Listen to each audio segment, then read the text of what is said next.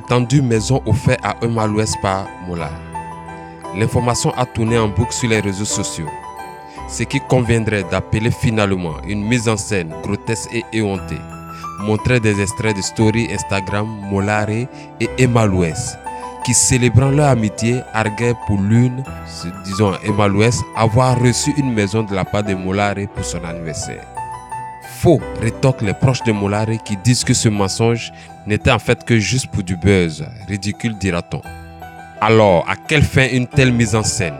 Pour des personnes de notoriété publique qui ont une certaine renommée, pourquoi renvoyer une telle image? Dans nos enquêtes, il ressort aussi qu'Emalouès, qui n'arrivait pas, dit-on, à payer les frais de son loyer, aurait trouvé refuge depuis un bon moment chez sa sœur aînée. Quant à Mollard, lui de son côté a vu partie des collaborateurs très intimes qui lui reprochent un mauvais traitement. Nous reviendrons sur cette information.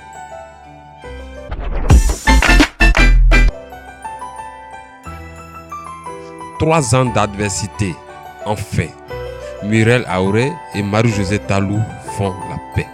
Face aux caméras, aux objectifs des photographes ou encore dans les déclarations à la presse, elle laissait croire que tout se passait bien entre elles.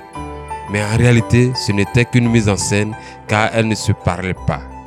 L'indifférence qu'elles affichaient après la performance réalisée par l'une ou l'autre à la fin des courses au plan international trahissait cette complicité sur la piste, ce que les observateurs avertis de l'athlétisme et les proches savaient.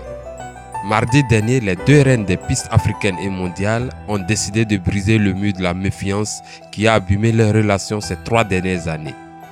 En leur qualité de marraines de championnat, celles qui couraient sous les mêmes couleurs et défendaient ensemble le prestige de la Côte d'Ivoire ont mis de côté leur ego pour faire la paix des braves. Au stade Félix Houphouët-Boigny, Muriel Aouré et Marie-Josée Talou se sont retirés de la scène pour se retrouver dans une salle ou dans une discussion franche entre elles, sans témoin. Pendant 3h30 de huis clos, elles ont évacué les différends et sont sorties de ce conclave toutes souriantes, parce que chacune d'elles attendait ce moment pour se libérer du lourd fardeau de haine qui empoisonne les relations depuis 2016. Elles ont compris l'intérêt de se rapprocher davantage, d'échanger le plus souvent et de militer pour l'image de la Côte d'Ivoire et pour l'athlétisme ivoirien.